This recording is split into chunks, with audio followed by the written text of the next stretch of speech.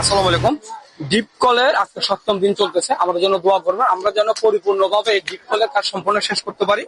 গত 6তম দিন ছিল আমাদের আমাদের যে ডিপ কলের যে বোরিং এর কাজগুলো পাইপগুলো নিচে যাওয়ার কথা ছিল। আজকে আমরা মেস্ত্রির সাথে কথা বলবো, কাজের অগ্রগতি কত দূর, বোরিং এর কাজ কতটুকু হয়েছে, পাইপগুলো কখন ওরা ভিতরে ঢুকাবে। ভাই আসসালামু আলাইকুম। ওয়ালাইকুম সালাম ভাইয়া, ধন্যবাদ। বোরিং এর কাজ কত দূর একটু বলবেন?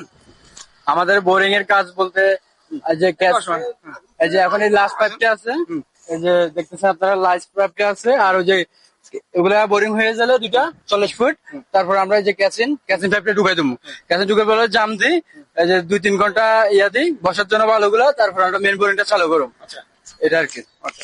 আপনি শুনতে পাচ্ছেন, আসলে একজন মিস্ত্রি আমাদের এই বোরিং এর কাজ নিয়ে যে কথাগুলো বলছে উনি, আসলে এই জিনিস বোরিংটা বসে গেলে এরপর আমাদের 3য় ধাপ 4র্থ ধাপ এভাবে কাজ চলতে থাকবে আমাদের। আর একটু আমরা একটা মিস্ত্রির সাথে কথা বলি।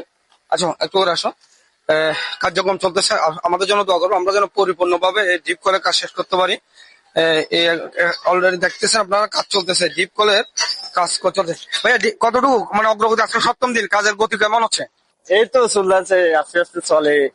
আর আপনার আর 1 ঘন্টা পরে আপনার কেসিং ঢুকানো হবে, তারপরে বালু খাওয়াবো, তারপরে আপনার 2 ঘন্টা রেস্ট হবে, তারপরে ডাইরেক্ট বোরিং চালু হবে। আচ্ছা, এটাই।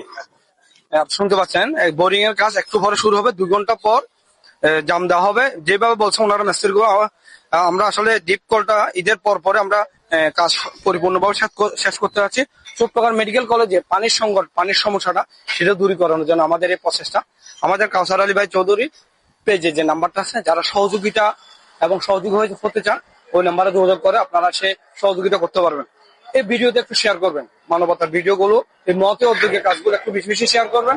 সবাই ভালো থাকবেন, আসসালামু আলাইকুম।